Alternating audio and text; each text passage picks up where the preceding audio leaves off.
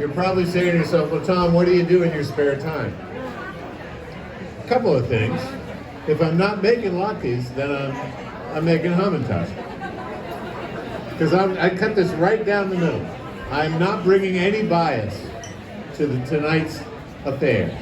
I am trying to be an objective observer. So we're going to hear from two great advocates, one for Latkes, one for Hamantaschen.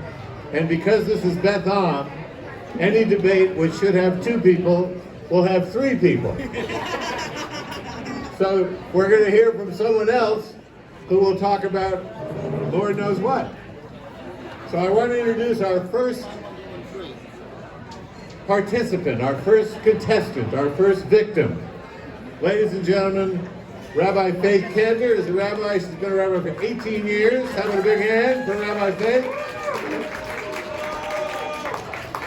She lives in learning about and teaching the history of the Jewish people has always been her passion. Recently, she discovered an unknown tractate of the Talmud, the Masechet Ochel, the Tractate of Food. So what I am hoping that I'm going to be able to show you is not only do Latkes taste better than Hamentachen, but that we are under obligation, according to the sages, to eat Latkes on Chanukah, but Hamentachen, if we do it, it's okay. If we don't, it's okay also. So let's start. For those of you who have seen a Tavuk Gemara before, right, a page of Gemara, it starts off with a little bit of a Mishnah, the earliest text. Then it goes on to the Gemara, to a text that was codified around the year 600. The inside of the text is our friend Rashi, whose descendants are sitting at the table right over here. And then when Rashi is done talking, we get to the outside of the text where you have some of Rashi's other descendants, the Tosfot. So it's a whole family affair tonight on the page. So let's begin. Shammai says that it is chiyuv to eat levivot on Chanukah. Right, chiyuv means it's our obligation to do something. Levivot meaning the Hebrew word for latkes. Hillel says it's not a chiyuv to eat Hamantaschen on Purim. So automatically we're set up, right? Shammai, he says this is a chiyuv, it's something we must do. Hillel says, so far not so much about latkes, but he says that on Hamantaschen, on Purim, you're under no obligation to eat Hamantaschen. Tanu Rabbanan, we have a debate amongst the house of Hillel and the house of Shammai. Maishna, what is the difference? This is where things begin to get technical. While both Chanukah and Purim are not festival days, the house of Shammai says eating levivot is a chiyuv shel Chanukah, an obligation of Chanukah, because we remember the miracle of oil as it regards the Beit HaMikdash, the Holy Temple. So just as they needed oil in the Beit HaMikdash for the entire Chanukah story to take place, we need oil to cook our latkes, and this connection, using the same ingredients from place to place, is what makes latkes an obligation. The house of Hillel suggests that every holiday has a special food, and on minor holidays there is no chiyuv, there's no obligation to eat any of them. He also tells us that levivot latkes give him heartburn, and therefore others must suffer as well. But the Ikar, here it is that we learn there is a custom to eat levivot on Chanukah in Oznei Haman, Hamantaschen on Purim, yet according to Hillel, neither of them are a chiyuv. So if you like your latkes, you like your Hamentaschens, go for it, it's fine. But if we really want to get technical, according to Shammai, we're obligated to go for these latkes right here tonight. So if we can come back up for a second, we can scroll back. Yes. Let's look at some of the commentary we have here. Most of you might know, or maybe you have never heard, that it is way more common to hold by the house of Hillel than by the house of Shammai. Almost all the time, if Hillel and Shammai argue in the Talmud, Hillel wins and Shammai loses. So you might think that that's the situation we're presented with tonight. But, alas, it's not true. Okay? This is not a case of Hillel winning and Shammai losing. We are going to find out that in the end, we hold by Shammai. Levivot, the word for Latkes in Hebrew, is connected to the Hebrew word lev. Does anyone know what lev is in Hebrew? Your heart, right? What an obligation that speaks to our hearts that we have to eat Latkes on Chanukah. Now follow this, because we're going to look at Chanukah and we're going to be looking at Purim. What we have being that the miracle of Chanukah takes place in Eretz Yisrael, in the land of Israel, and has a connection to the Beit HaMikdash. The Machmir opinion, the strictest opinion, is that mitzvot regarding the Beit HaMikdash are always chiyuv, right? You always have to do them, right? It's not. Exactly, right? So anything that's connected to the Beit HaMikdash, we always do it. The Beit HaMikdash used oil. We're going to use it too. Now, ironically, the sages argue a lot, but there are some things they don't argue about. There is no disagreement amongst the sages as to the status of Chanukah and Purim being minor holidays and not holding the status of festivals. That's why so many of us here tonight were able to purchase our food and sit down and enjoy this wonderful meal together as a community, because there's nothing that we are forbidden to do, but only things that we're obligated to do, like lighting the Chanukah and eating Latkes.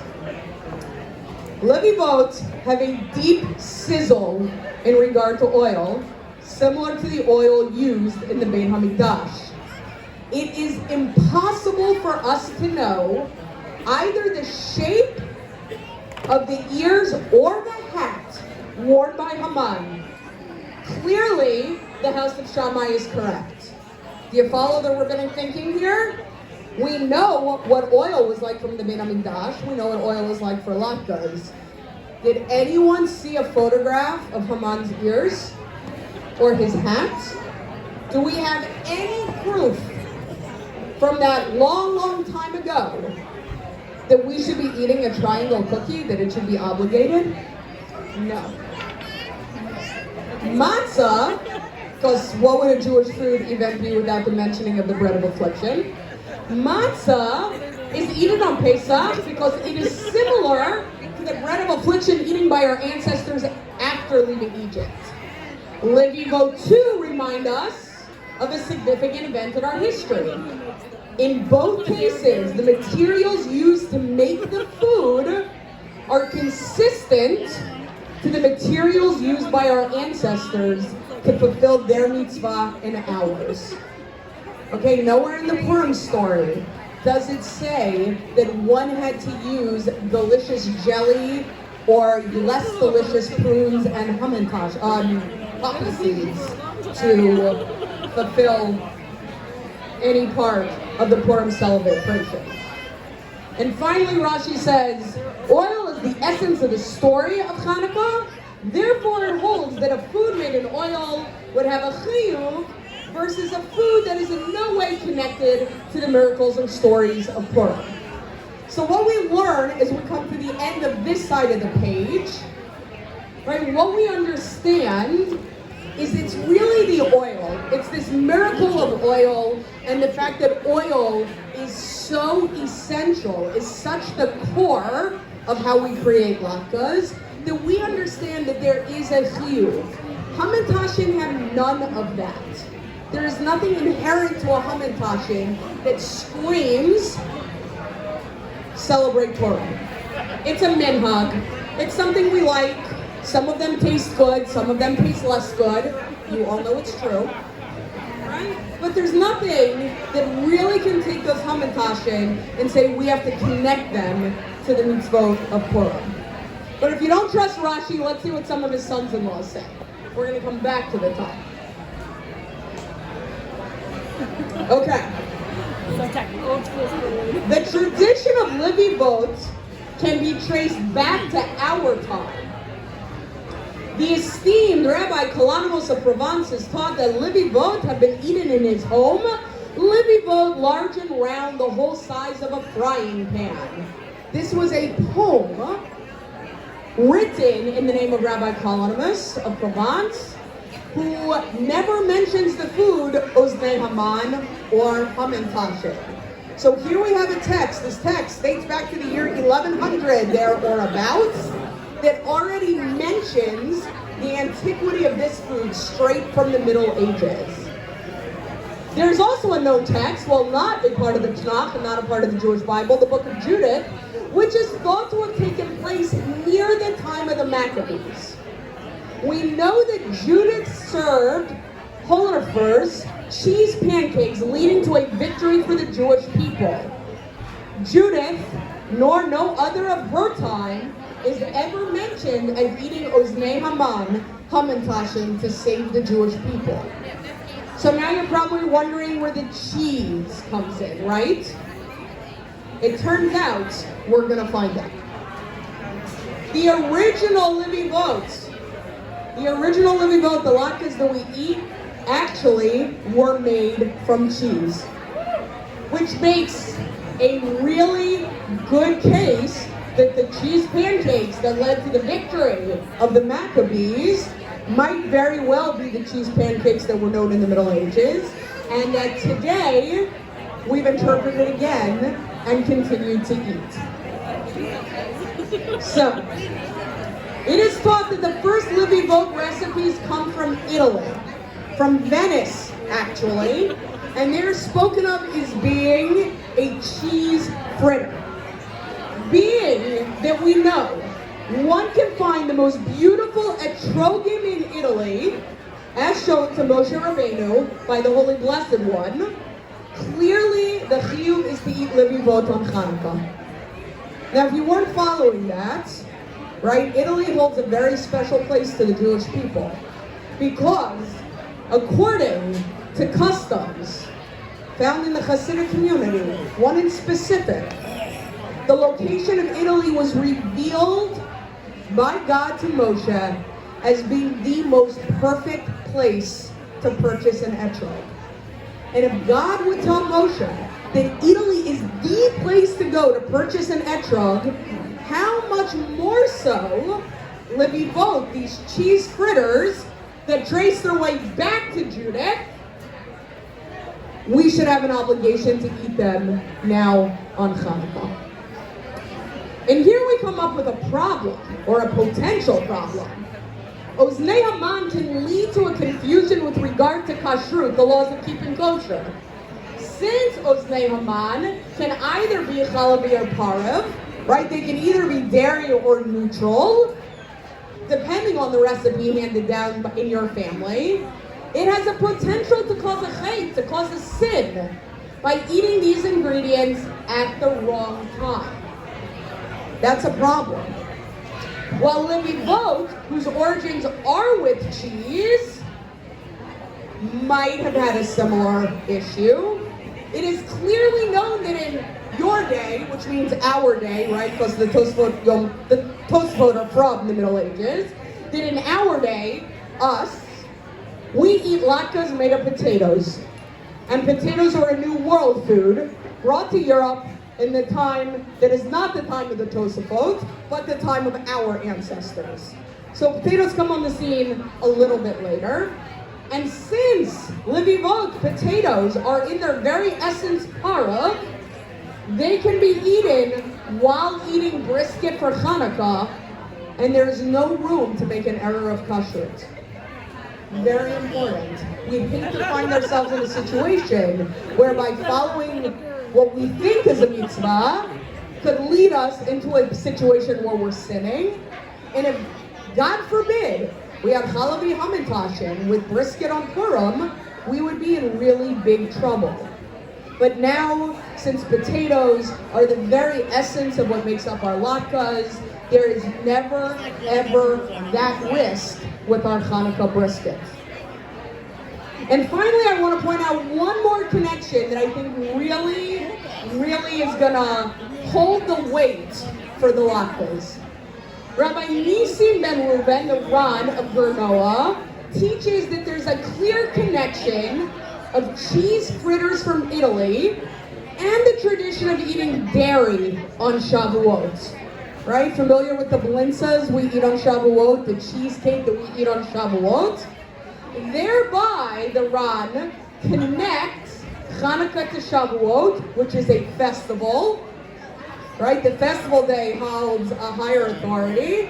It connects it to the festival, and so we should be able to derive that we do have a chiyuv to eat latkes on Chanukah. Because once we're able to make the connection between Chanukah, and we're able to make the connection between Chanukah to one of the Shalosh Regalim, one of our 3 pilgrimage festivals, it becomes very, very clear that Chanukah's status becomes more important than the status of Purim, therefore making eating latkes integral to our Jewish obligations and to our fulfillment of the mitzvot of Chanukah.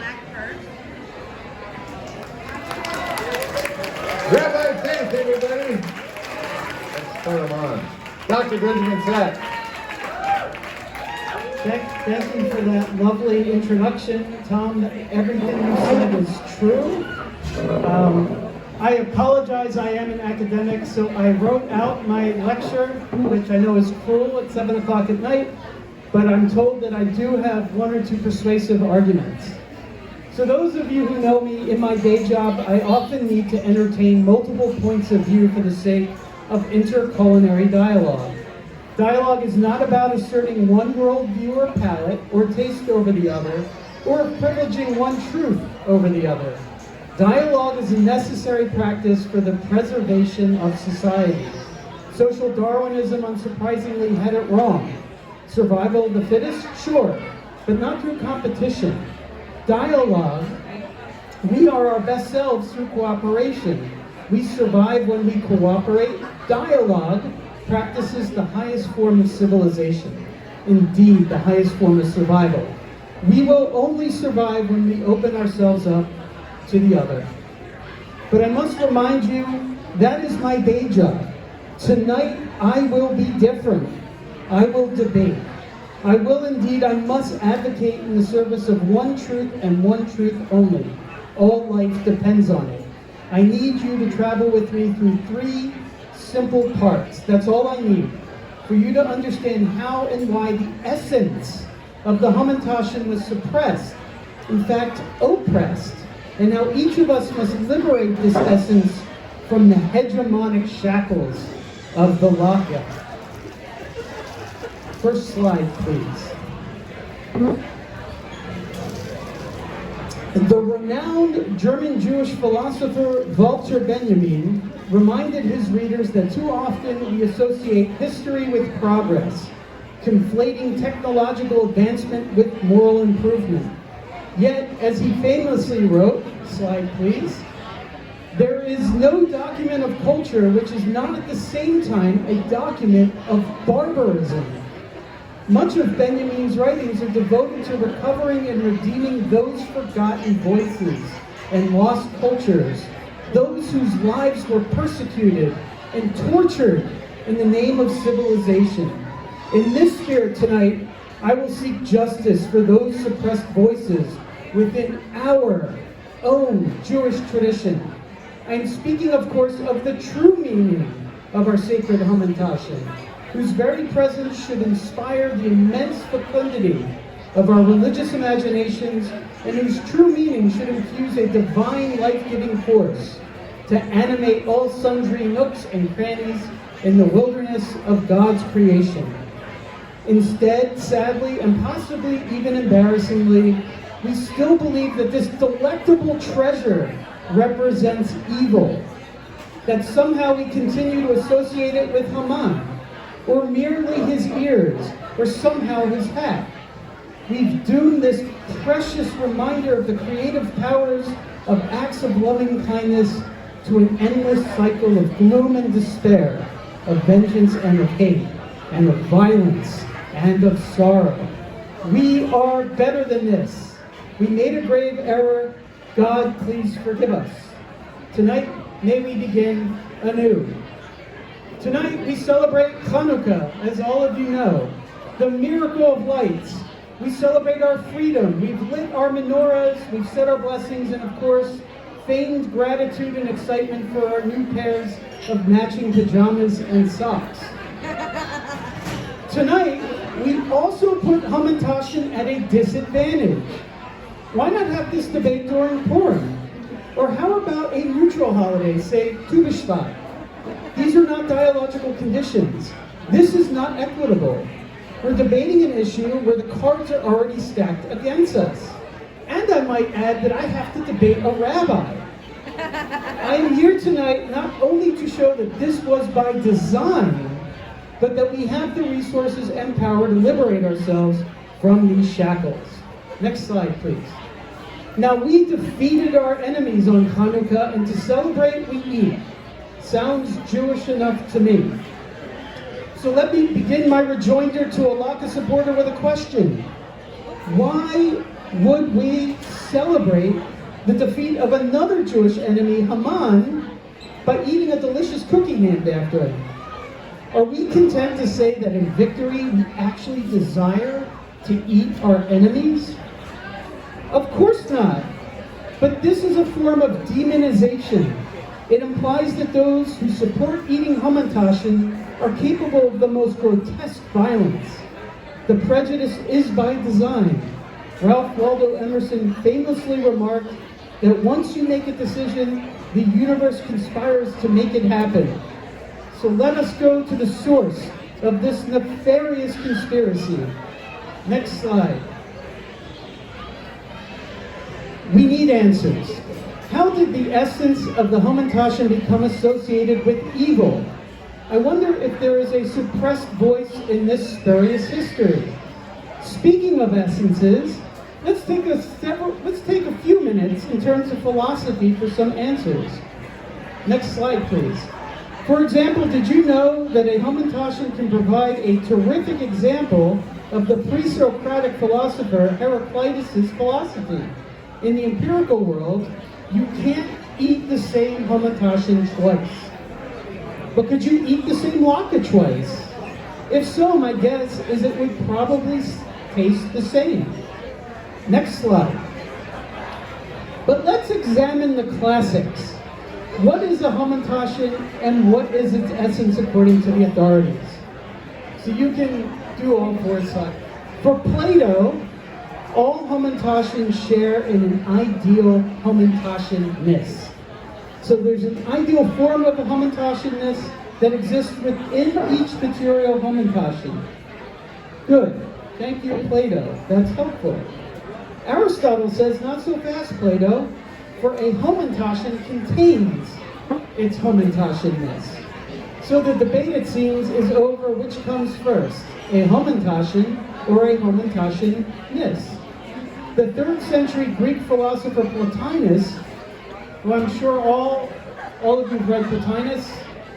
Yes. So then you'll appreciate the joke. Sought to reconcile Plato's and Aristotle's debate by asserting that out of Hamentachen-ness emanates a Hamentachen. This was starting to sound theological, and unsurprisingly, in the 4th century, St. Augustine famously argued in his Confessions that Hamentachens need grace to be fully Hamentachen. Grace, of course, emanating from Jesus. Next slide. Unconvinced by a clear Christian hermeneutic, the 10th century Muslim philosopher and acclaimed founder of Islamic Neoplatonism, Abu Nasr Muhammad al-Farabi, also polemicizing against the theologians' use of kalam, that is, of religious apologetics, argued that, quote, the human mind can only know Hamentachen, can't truly know Hamentachenness or a Hamentachen. The debate for Plotinus is simply ideological, not Plotinus. For al-Farabi, since the premise always determines the conclusion, simply put, people don't use philosophy to understand truth, but rather use it to defend their preconceived notions of it. As we all know well, the great medieval Jewish sage Moses Maimonides often claimed that he was a student of al-Farabi. He took issue with only one point from his teacher. For the Rambam, quote, Common people don't understand Hamantaschenness or a Hamantaschen. The philosophers, however, do. Common people are what are known in the Talmud as Haaretz, or the Amcha. Who are they today, you might ask? Well, look around. Is anyone eating a latke? Next slide. Of course, the debate over the essence of the Hamantaschen took a very sharp political turn in the early modern period. In the famous Hobbes-Locke debate of the 17th century, Thomas Hobbes boldly proclaimed that society operates from a core first principle: a stronger person wants your Hamantaschen. In the 18th century, the German Enlightenment sage and playwright Gotthold Ephraim Lessing sought to unite humanity regardless of religious difference or orientation to the Hamantaschen in the ring parable of his magnum opus Nathan the Wise, by declaring Nathan had 3 Hamantaschen, but only one true Hamantaschen. All 3 children believed that they had the one. That was enough. Next slide.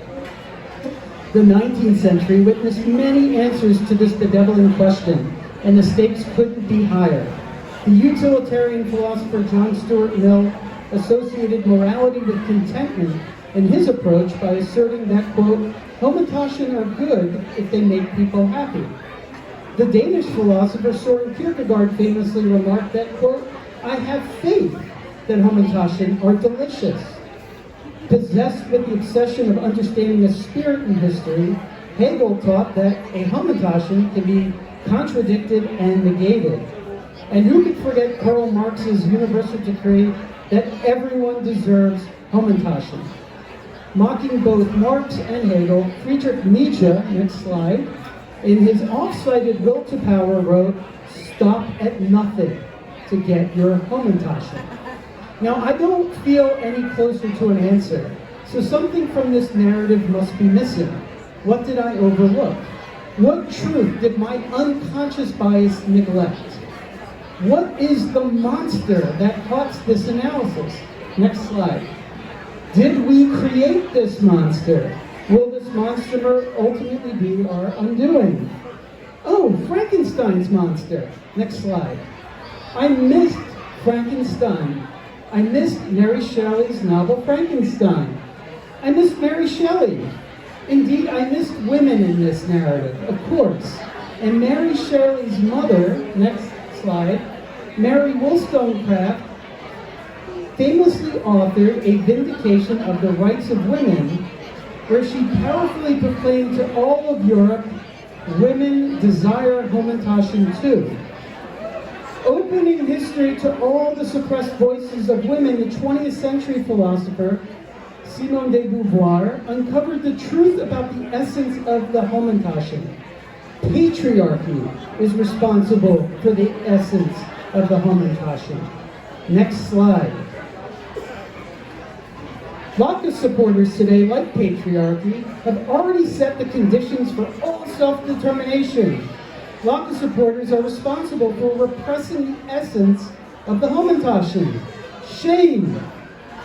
So let's disclose the true meaning of this incredible food. Next slide. I will start with the text itself. In Megillat Esther, our heroine's Hebrew name is Hadassah. But how do we get the name Esther? Where does it come from? Next slide. Scholars have pointed out that Esther comes from the name Ishtar, the Babylonian goddess of sex and fertility, and according to a few others, the goddess of justice. Her cousin Mordechai is the Jewish version of the Babylonian god Marduk, and the Hebrew god, absent, nowhere to be found. Next slide. Esther, her goddess of fertility, was celebrated as a hero by simply mixing eggs, sugar, oil, vanilla, and orange juice, all symbols of the bounties of God's creation, next slide, with the loving gentleness of nature's evacuant, sun-dried prunes. And today, and each day thereafter, we must return the Hamantaschen to its splendiferous femininity. Forgotten in the shadows of patriarchy was the inconvenient fact that Jewish women admired Ishtar and even prayed to her for sustenance, protection, and healthy children. They offered her sugary sweet cakes, The prophet Jeremiah sought to suppress the femininity of God by mocking these women when he stated, next slide, "Do you suppose that we were burning incense and pouring out libations to the Queen of Heaven?" Next slide. Unfortunately for Jeremiah and for his patriarchal Latkes supporters, modern archaeology has unveiled many ancient artifacts carved in a particular image of Esther, molded with 3 corners and indications of a life force within. Indeed, a Jewish fertility cake. Next slide. During the Emancipation period in Europe in the 18th century, when Jews attained some capital and were willing to build and run bakeries, Jewish women started to mass produce a delicious treat during Purim, called in German Hamantaschen, poppy pockets. The resemblance to the ancient molds of Esther are simply uncanny. Jewish women never stopped celebrating our hero, Esther. And what about these Hamantaschen? Male rabbis were very uncomfortable with what these cookies represented. Now again, just pause for a moment and think out loud with me. A triangle-shaped treat surrounding a fruit. A fruit of what? You might ask, how about a fruit of the womb? Next slide. Yes, a cookie celebrating reproductive energy. Yet the rabbis asked, why couldn't this cake be more patriarchal like Latkes, which in contrast was so simple, so bland, like traditionalism, so perfect for sterility and malaise? Our rabbis, embarrassed by this idea, used their own creative interpretive midrashic powers to turn something beautiful, full of life, into something horrid, ghastly, and indeed man-made, like over-fried potatoes. They demonized this cookie. They demonized life. Next slide. Hamantaschen, Hamantaschen, Hamantaschen, Hamantaschen, they repeated. Hamantaschen, these Hamantaschen, the Hamantaschen, Hamantaschen. Yes, Hamantaschen. The cookie must represent Haman, with the personification of evil, not Ishtar or Esther, the celebration of life. These rabbis would never allow the pouring out libations to the Queen of Heaven. A female god for them? No. Fast-fried potatoes? So here we are. So desperate, so sad. I know that we can do better than this. Now that you know the true meaning and real history of this tasty kuchen, you also know the true winner of this debate. God is life. Women give life. Hamentachen make that life sacred. Next slide. Please come and celebrate with me the one food that can unite all and forget none, our Hamantaschen, the Hamentachen Debate. Thank you. Dr. Benjamin Sachs, everybody, give it up. And we have heard 2 compelling, largely nonsensical presentations about the merits of Latkes and Hamentachen. And we've got to come to a determination. So to do that, we are going to call on a 3rd person, Charles Ramelkamp, who says that he is devoted to the notion of compromise. And he suggested as an example of the compromises that he has been able to achieve the story that I'm sure you've all read about in the 3rd chapter of Kings, where 2 mothers came to the king with a dispute over a son. And Charles says that he solved that. So please welcome a guy who evidently was the press secretary for George Santos, Charles Ramelkamp, everybody. In the immortal words of Rodney King, can't we all just get along? There are Republicans and Democrats and Palestinians and Israelis, and now we've got Latke lovers and Hamantaschen devotees. As President Biden has said, what we really need to do is compromise. We should focus on the things that we have in common, like the flour, baking powder, oil, salt, and then build from there. It's, you know, from middle out, it's basic Latke economics. as the famous klezmer band about half a century ago sang, you can't always get what you want, but if you try sometimes, you just might find you'll get what you need. Now, a couple of years ago, Zach Berger advocated the Latke as the perfect compromise between the Latke and the Hamantaschen. And I'd like to continue that tradition. Just to remind you, the Latke is a three-cornered pastry, but the base is made from potato. The filling can be,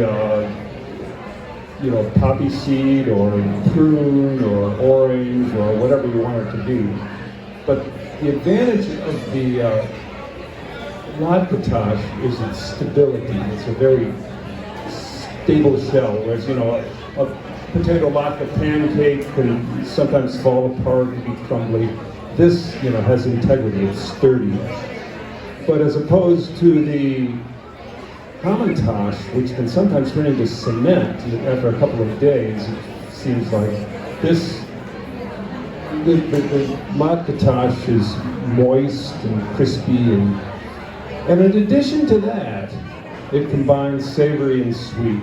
So, I'm advocating for the Latke.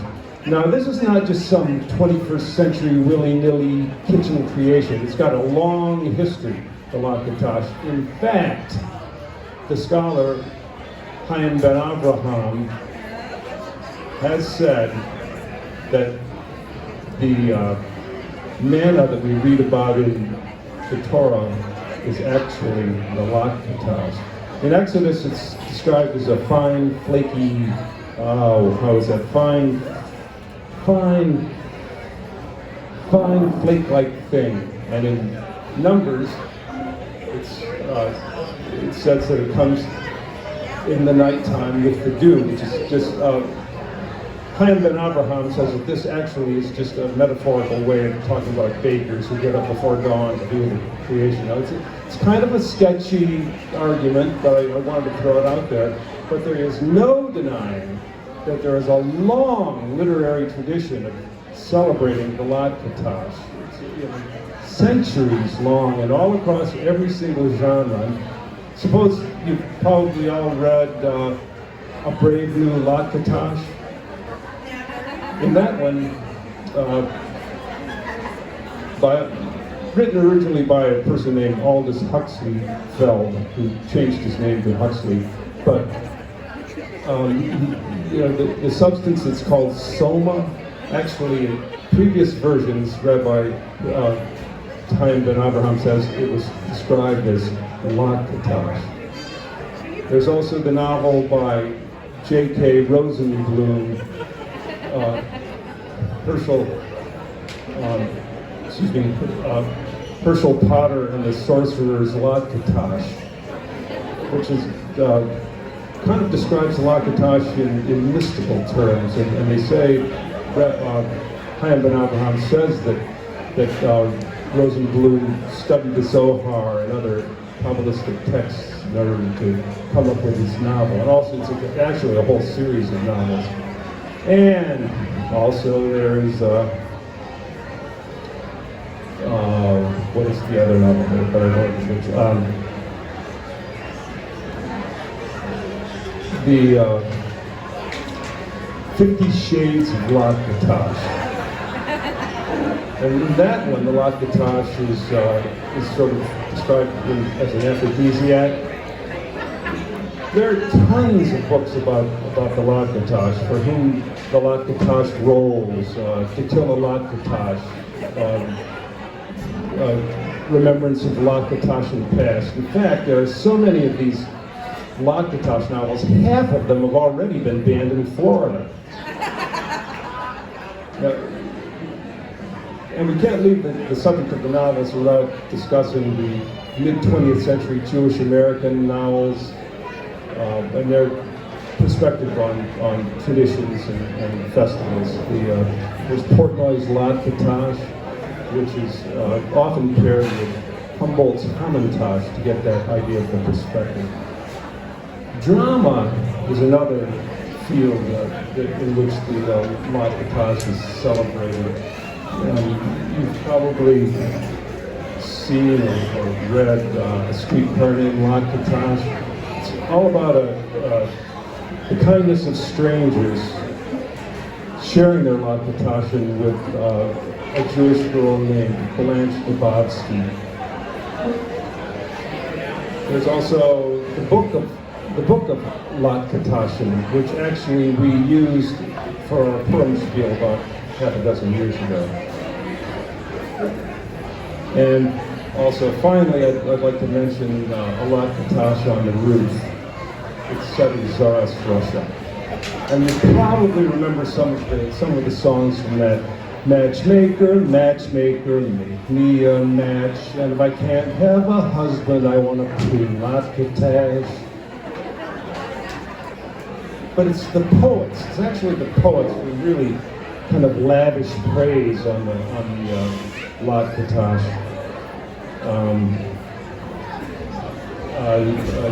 There's Robert Kleinfaust's The Latkes Not Taken, and there's T.S. Eliot Bird's The Latkes of J. Alfred Prufrock. And I think we're all probably familiar with Joyce Kilmerstein's poem that goes something like, I think I shall never see, by gosh, a poem as lovely as the Latkes. And then there are the sonnets, the odes. The sonnet, of course, is the quintessential form for expressing love. Think of Petrarch's many poems to Laura and Shakespeare's sonnets. And the one I want to focus on, though, is Elizabeth Baring Browningowitz's 43rd and 3/4, sonnet 43 and 3/4, which goes, how do I love thee? Let me count the oil stains. I love thy potato flakes, thy tart prunes. Thy tri-cornered russet crust makes me swoon. Thy flour and baking powder stir my brains. I love thee all 8 nights of Hanukkah. I adore thee while the candles burn. I love to lick the raw potato on my spoon. I consume thee throughout Purim's whole Megillah. I love thee, my darling Latkes. I love the mixture of thy potato and egg. I love thee so much that on my Macintosh I love to gaze at Latkes JPEGs. Now, this last few lines are a little bit kind of weak, and Chaim Ben Abraham says that he thinks that Browningowitz was kind of had just abandoned the poem, so she named it 43 and 3/4 just to indicate that she wasn't really satisfied with it. And then there are the odes. The odes are poems like songs of praise. And when we think of odes, we often think of John Keats and his Ode to the Nightingale, an ode on the Grecian urn, and his odes to autumn, an ode to melancholy, and of course his ode to a Latkes. Thou still unravished bride of the festival of lights, thou foster child of the book of Esther, potato cake historian, who canst delight our palates more sweetly than any cook or baker. What flower-tinged legend haunts thy three-sided tostada of apricots and prunes or a clove in the Shushan or the fortress of Masada? What salivating children are those? What parents loathe? Ah, happy, happy spuds who cannot shed your crust, nor ever bid the holiday adieu, and happy cook, unwearied, forever baking Latkes, forever new.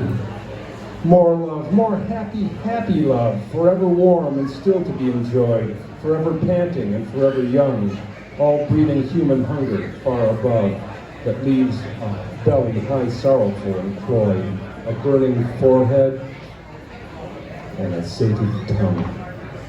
But it's not just in bestsellers and obscure poetry that the Latkes is celebrated. It's also in popular culture. popular music. Earlier I referred to that klezmer band, the Rolling Stones. Well, who can forget their hit song, I Can't Get No Latke? But I try, and I try, and I try. And then there's the Beatles, I Want to Hold Your Latke. And in the last 50 years, hip-hop has become, real popular music form. And I know we've all heard like hundreds and hundreds of songs praising about raps, about the Latkes when we walk around grocery stores and in elevators and stuff. But I just want to mention one title, which is straight out of Latkes. I want to conclude my advocacy for the Latkes with a sing-along. Hello, I want everybody to sing along to this. It's an anthem to the Latkes, and you'll recognize it as soon as you hear it. I want you to start singing along so I don't feel like a fool singing by myself. But okay, it starts. Everybody's talking about latkes and babkas, goulash and hamantaschen, rabbis and Popeyes. All we are saying is give the Latkes a chance. All we are saying is give the Latkes a chance. Everybody's talking about fruit fillings, wine swirling, potato cakes, for heaven's sake. All we are saying is give the Latkes a chance. All we are saying is give the Latkes a chance. And let's finish up with the way the song really ends. So it goes, all we are saying is give peace a chance. All we are saying is give peace a chance. Yay, Latkes. Charles Rabble Camp, everybody, give him a big hand.